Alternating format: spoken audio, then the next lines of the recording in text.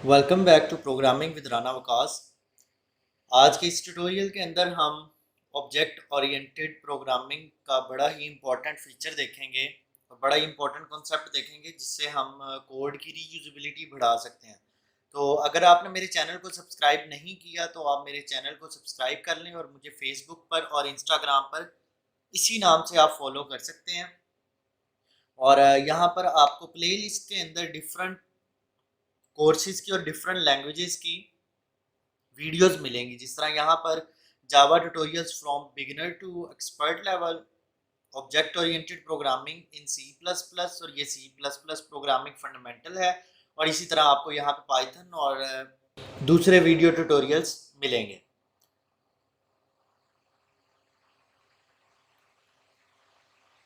जिस कॉन्सेप्ट की मैं बात कर रहा हूँ वो कॉन्सेप्ट क्या है, वो है इनहेरिटेंस। इनहेरिटेंस जिस तरह हम आम अपनी नेचुरल लाइफ में देखें तो इनहेरिटेंस का मतलब होता है कुछ चीज़ें हम अपने पेरेंट्स से, अपने आबाओ अजदाद से इनहेरिट करते हैं। कुछ लोगों का बालों का कलर अपने पेरेंट्स से इनहेरिट होता है, या पेरेंट्स के पेरेंट्स से इनहेरिट हुआ होता है, या फिर आइज़ का कलर या फेस की रिजेम्बलेंस होती है।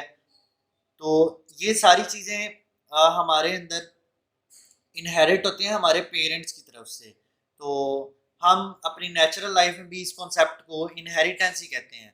अब कोडिंग के अंदर इनहेरिटेंस क्या चीज़ है, लेट्स सपोज मिसाल के तौर पे मैं यहाँ पे दो क्लासेस लिखता हूँ। एक क्लास है लेट्स सपोज स्टूडेंट, और एक क्लास है हमारे पास टीचर। अब ये दो क्लासेस हैं आपके पास, स्टूडेंट्स के भी कुछ फीचर्स होंगे और इसी तरह टीचर के भी कुछ फीचर्स होंगे और एट्रीब्यूट्स होंगी, कैरेक्टरिस्टिक्स होंगी। आप देखेंगे स्टूडेंट और टीचर के अंदर आपको कुछ चीज़ें कॉमन नज़र आएंगी, जैसे कि स्टूडेंट का आईडी, टीचर का भी आईडी, स्टूडेंट का नेम, टीचर का भी नेम।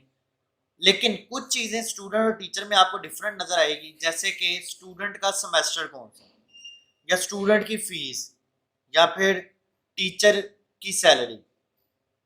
ये दो चीज़ें आपको डिफरेंट नज़र आ रही हैं टीचर और स्टूडेंट के अंदर, जबकि कुछ मोस्टली चीज़ें आपको कॉमन नज़र आएंगी। तो वो कॉमन जो चीज़ें हैं वो तो स्टूडेंट में भी और टीचर में भी पढ़ी हैं, मतलब दो जगहों पे पढ़ी हैं। तो आप फिर क्या करते हैं, आप एक थर्ड क्लास इंट्रोड्यूस करवाते हैं, लेट्स सपोज उसका नाम है पर्सन। इन दोनों क्लासेस के अंदर जो जो चीज़ कॉमन थी ना, जो जो वेरिएबल कॉमन था, वो आपने इस पर्सन वाली क्लास में रख दिया। अब आप देखेंगे और यहाँ से स्टूडेंट में से और टीचर में से वो वाली चीज़ें आपने रिमूव कर दी हैं। अब आपके पास टोटल कितनी क्लासेस हैं? तीन। एक आपके पास है स्टूडेंट, एक आपके पास टीचर है, और एक आपके पास पर्सन है। अब आप देखिएगा आपके पास ना एक रिलेशनशिप बिल्ड हो जाएगा, स्टूडेंट इज अ पर्सन। ये देखेंगे इज अ का रिलेशनशिप बिल्ड हो गया इस पर्सन वाली क्लास के दरमियान। इसी तरह यहाँ पे होगा टीचर इज अ पर्सन। तो आप देख सकते हैं यहाँ पर आपको एक रिलेशनशिप नजर आ रहा है, स्टूडेंट इज अ पर्सन, कि स्टूडेंट भी एक पर्सन है और टीचर इज अ पर्सन का मतलब है कि टीचर भी एक पर्सन है। तो बेसिकली आपने क्या काम किया है, क्लास एक ही है पर्सन, लेकिन आपने इसकी इनहेरिटेंस करवा दी है किसके साथ? स्टूडेंट के साथ, और किसके साथ? टीचर के साथ। तो आप देख रहे हैं कि आपने रीयूजेबिलिटी बढ़ा दी है, कि पहले स्टूडेंट के अंदर अलग कोड लिखा था, टीचर के अंदर अलग कोड लिखा हुआ था, आपको कुछ चेंजिंग करनी पड़ती थी तो दोनों जगहों पे चेंज करना पड़ता था। जबकि अब आपने जो थर्ड क्लास बनाई है पर्सन की, अब पर्सन की क्लास में कुछ भी चेंज आप करेंगे तो वो ऑटोमेटिकली इन दोनों क्लासेस के अंदर हो रहा होगा। अगर मैं आपको इसकी पिक्टोरियल डायग्राम दिखाऊं तो इसकी पिक्टोरियल डायग्राम इस तरह बनेगी कि आपके पास ये पर्सन की क्लास होगी एक, और इधर आपको नीचे नजर आ रही होगी दो क्लासेस। एक आपको क्लास नजर आएगी स्टूडेंट की,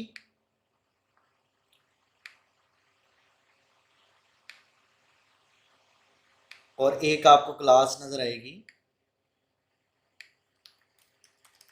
टीचर की। सो देखिए इनके दरमियान रिलेशनशिप कौन सा है? ईजा वाला है। ईजा का मतलब है इनके दरमियान इनहेरिटेंस है। तो इनहेरिटेंस को अगर आपने पिक्टोरियली शो करना हो, पिक्चर की शक्ल में, डायग्राम की शक्ल में, तो उसका ये तरीकेकार होता है कि आप ये जो फर्स्ट पे आपने पहले क्लास लिखी है ना, ये वाली, इसको बोलते हैं चाइल्ड क्लास, और ये जो बाद वाली क्लास है इसको बोलते हैं पेरेंट क्लास।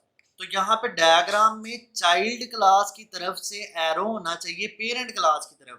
तो आप देख सकते हैं चाइल्ड क्लास से स्टूडेंट, तो मैंने एरो बनाया है पर्सन की तरफ क्योंकि पर्सन था पेरेंट। तो देख सकते हैं आप एरो का निशान चाइल्ड से पेरेंट की तरफ है, इधर भी टीचर की दफा भी चाइल्ड की तरफ से पेरेंट की तरफ ये निशान आपको नजर आ रहा है। जब इनके दरमियान ईजा का रिलेशनशिप है और आपने इनहेरिटेंस कर दी है, ऑटोमेटिकली इस पर्सन की क्लास के अंदर जो जो पड़ा होगा वो इधर एक्सेस किया जा सकता है। वो डायरेक्टली आप समझ लें कि उसकी एक कॉपी क्रिएट हो गई है चाइल्ड क्लास के अंदर। तो अभी आपको यहाँ पे पेरेंट कितने नज़र आ रहे होंगे, यहाँ पे आपको पेरेंट नज़र आ रहा है 1, जबकि आपको चाइल्ड कितने नज़र आ रहे हैं 2। जब इस तरह हो ना कि पेरेंट 1 है और चाइल्ड आपके पास मल्टीपल है, तो ऐसी इनहेरिटेंस, ये इनहेरिटेंस की एक टाइप है, इसको बोलते हैं हायरार्किकल इनहेरिटेंस। लेकिन अभी इस वीडियो के अंदर मैं बात करूंगा सिंगल इनहेरिटेंस की। सिंगल इनहेरिटेंस का मतलब ये होता है कि जब आपके पास एक पेरेंट हो और आपके पास एक ही चाइल्ड हो, एक ही पेरेंट है और चाइल्ड कितने हैं आपके पास, एक ही आपके पास चाइल्ड है, तो इस तरह की इनहेरिटेंस को बोलते हैं सिंगल इनहेरिटेंस। ये यहाँ पे सिंगल इनहेरिटेंस है। तो सिंगल इनहेरिटेंस की मिसाल आप इस तरह ले सकते हैं कि एक क्लास है पर्सन और एक क्लास है प्रोफेसर। तो प्रोफेसर इज़ अ या टीचर इज़ अ पर्सन या स्टूडेंट, और इसकी सिर्फ ये वाली अगर एग्जांपल ली जाए, ये वाली कि स्टूडेंट इज़ अ पर्सन, या फिर ये वाली एग्जांपल सिर्फ ली जाए कि टीचर इज़ अ पर्सन, तो आप देखेंगे ये कौन सी इनहेरिटेंस बनेगी, ये सिंगल इनहेरिटेंस बनेगी। तो चलिए इसको कोड करते हैं इंटेलिजे के अंदर। मैं यहाँ पे एक न्यू प्रोजेक्ट क्रिएट करता हूँ, नेक्स्ट नेक्स्ट, और यहाँ पर इस प्रोजेक्ट का मैं नाम रख देता हूँ single inheritance. Finish this window.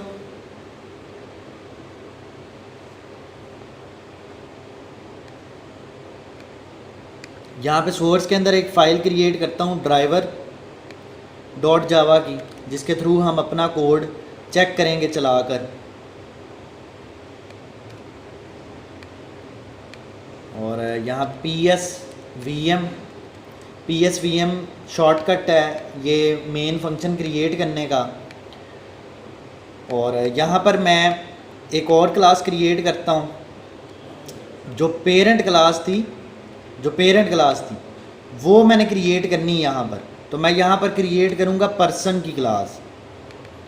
तो ये पर्सन की मैंने क्लास क्रिएट की। अब पर्सन के क्या क्या एट्रीब्यूट हो सकते हैं, तो पर्सन के मैं यहाँ पे एट्रीब्यूट लिखूँगा इंटीजर आईडी, स्ट्रिंग नेम और स्ट्रिंग CNIC। और यहाँ पर मैं इसके ऑटो जनरेट कर लेता हूँ गेटर सेटर्स। सो राइट क्लिक करके आप यहाँ पर जनरेट में जाकर यहाँ पे कंस्ट्रक्टर सेलेक्ट करें, तो ये आपके पास डिफ़ॉल्ट कंस्ट्रक्टर क्रिएट होगा।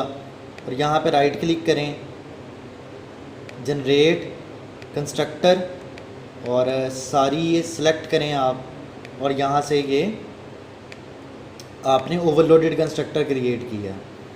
और इनके गेटर सेटर क्रिएट करने के लिए आप यहाँ पर जनरेट और गेटर सेटर्स, और इन सब को सिलेक्ट कर लेते हैं। इसी तरह यहाँ पे लास्ट मेथड आपने जनरेट करना है टू स्ट्रिंग का मेथड आपने जनरेट करना है। तो ये टू स्ट्रिंग का मेथड जनरेट हो गया। अब ये आपके पास पर्सन की क्लास क्रिएट हो चुकी है कम्प्लीटली। आप चाहें तो इनको आप प्राइवेट कर दें। प्राइवेट करने का मतलब ये था कि इनको कोई भी क्लास एक्सेस ना कर सके, मतलब कोई भी क्लास या कोई भी मेन फंक्शन या कोई भी फंक्शन डायरेक्टली एक्सेस ना कर सके। लेकिन अब मैंने क्योंकि इनहेरिटेंस करनी है इस क्लास की, तो मैं चाहूँगा कि चाइल्ड क्लास इन चीज़ों को एक्सेस कर सके, जबकि चाइल्ड क्लास के अलावा और कोई भी क्लास इनको एक्सेस ना कर सके। तो मैं यहाँ पे लिखूँगा प्रोटेक्टेड। प्रोटेक्टेड का कीवर्ड आप तब यूज़ करते हैं जब आप चाहते हैं कि चाइल्ड क्लास को ये राइट दे दो कि वो इन वेरिएबल्स को यूज़ कर सके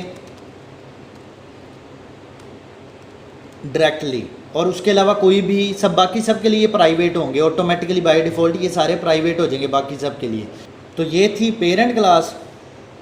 अब मैं बनाता हूँ चाइल्ड क्लास। तो यहाँ पे राइट क्लिक किया, न्यू जावा क्लास, और यहाँ पे मैं बना लेता हूँ स्टूडेंट की क्लास। याद रहे कि पहला लेटर आपने कैपिटल रखना है क्लास के नेम का। और यहाँ पर मैं इनहेरिटेंस करवाना चाहता हूँ स्टूडेंट के साथ, because student is a person. तो मैं यहाँ पे लिखूँगा एक्सटेंड का कीवर्ड। ये एक्सटेंड्स का कीवर्ड इनहेरिटेंस के लिए यूज़ होता है। अब मैं यहाँ पे लिखूँगा स्टूडेंट एक्सटेंड्स पर्सन। तो बेसिकली यहाँ पर क्या होगा कि पर्सन की एक कॉपी क्रिएट हो जाएगी। यहाँ पे स्टूडेंट क्लास के अंदर आप पर्सन को डायरेक्ट यूज़ कर सकते हो स्टूडेंट क्लास के अंदर, मींस पेरेंट की सारी चीज़ें आप यहाँ पे चाइल्ड क्लास में यूज़ कर सकते हो। तो अब मैं यहाँ पे स्टूडेंट के अपने जो एट्रीब्यूट है वो बनाता हूँ, जिस तरह स्टूडेंट का सेमेस्टर, इंटीजर सेमेस्टर, और डबल फ़ी, स्टूडेंट की फ़ीस। और यहाँ पे मैं जनरेट करता हूँ, जनरेट कंस्ट्रक्टर, और ओके। तो आप देख सकते हैं यहाँ पर एक तो ये कंस्ट्रक्टर क्रिएट हुआ है स्टूडेंट का, जिसमें सेमेस्टर और फ़ी सिर्फ जा रही है। और मैं यहाँ पे डिफ़ॉल्ट कंस्ट्रक्टर भी लिख देता हूँ। ये डिफ़ॉल्ट कंस्ट्रक्टर है इस क्लास का। और ये जो ये वाला कंस्ट्रक्टर है ना, इसके अंदर ऑटोमेटिकली पेरेंट क्लास का डिफ़ॉल्ट कंस्ट्रक्टर कॉल होगा, ये वाला कंस्ट्रक्टर, क्योंकि आपने बाकी कोई भी चीज़ सेट नहीं की। जबकि जब ये वाला कंस्ट्रक्टर कॉल होगा तो आप यहाँ पे देख सकते हैं कि इस कंस्ट्रक्टर ने क्या क्या एक्सेप्ट किया, आईडी, नेम, CNIC, सेमेस्टर और फीस। जबकि आईडी, नेम और CNIC स्टूडेंट क्लास के नहीं थे, बल्कि वो पेरेंट क्लास के थे। तो बेसिकली ये सुपर का कीवर्ड यूज़ होता है जब आपने पेरेंट की चीज़ों को चाइल्ड में एक्सेस करना हो। तो मैं यहाँ पे चाइल्ड क्लास के अंदर पेरेंट का कंस्ट्रक्टर कॉल करना चाहता था, ये वाला कंस्ट्रक्टर कॉल करना चाहता था, जो कि मेरी सारी वैल्यूज़ को सेट करवाएगा। तो मैं यहाँ पे क्या काम किया मैंने, सुपर। अब सुपर के कीवर्ड से ये देखें, सुपर के कीवर्ड से ये ओवरलोडेड कंस्ट्रक्टर कॉल हो रहा है। So super ID, name, CNIC, semester और फीस में से ये वाली तीनों चीज़ें सुपर के अंदर पास हो रही हैं। अब अगर आप लेट सपोज पेरेंट क्लास का कोई मेथड कॉल करना चाहते हैं तो आप यहाँ पे लिखेंगे सुपर डॉट सेट CNIC। आप सुपर के थ्रू कॉल करेंगे। और यहाँ पे आपको नज़र आ रहा होगा this dot semester is equal to semester. इसका मतलब ये है कि अगर मैं यहाँ पे दिस ना लगाता, सिर्फ सेमेस्टर लिखता, तो ये इस फंक्शन का लोकल वेरिएबल होना था, ये वाला। तो दिस लगाने का मकसद ये होता है कि जोन सा ऑब्जेक्ट इस कंस्ट्रक्टर को कॉल कर रहा होगा ना, वो अपने इस डाटा मेंबर के अंदर ये वैल्यू सेट कर रहा होगा। देखें जैसे ही मैंने दिस लगाया, दिस डॉट किया है, तो ये वाला सेमेस्टर यहाँ पे वैल्यू सेट हो रही है। और इसी तरह this dot phi is equal to phi. और यहाँ पे आप सेमेस्टर और फ़ी के गेटर सेटर बना दें, जनरेट गेटर सेटर, और इन दोनों के मैंने यहाँ पे गेटर सेटर क्रिएट किए। और यहाँ पर मैं कॉल कर लूँगा टू स्ट्रिंग का मेथड, जनरेट टू स्ट्रिंग। और टू स्ट्रिंग मैं चाहता हूँ कि मैं इन दोनों के लिए तो टू स्ट्रिंग हो, मतलब स्टूडेंट के सेमेस्टर और फ़ी आए, लेकिन साथ ही ना स्टूडेंट की बाकी चीज़ें भी आनी चाहिए। तो मैं क्या करूँगा, सुपर डॉट टू स्ट्रिंग। तो यहाँ पे बेसिकली किसका टू स्ट्रिंग कॉल हो रहा होगा, अगर मैं सिर्फ लिखता टू स्ट्रिंग तो यार ये टू स्ट्रिंग यही वाला कॉल होने लग जाना था बार बार। तो ये देखें यहाँ पे ये आपको साइन नज़र आ रहा होगा, ये इनफाइनाइट बार बार खुद को कॉल करने लग जाना था इसने। तो मैं यहाँ पे लिखूँगा सुपर डॉट टू स्ट्रिंग। तो देखें यहाँ से वो जो आपको एक लूप का निशान सा नज़र आ रहा था वो ख़त्म हो गया सिंबल। तो सुपर डॉट टू स्ट्रिंग ये पेरेंट का टू स्ट्रिंग कॉल करेगा। तो ये है सिंगल इनहेरिटेंस। अब मैं यहाँ पे स्टूडेंट का ऑब्जेक्ट बनाऊँगा।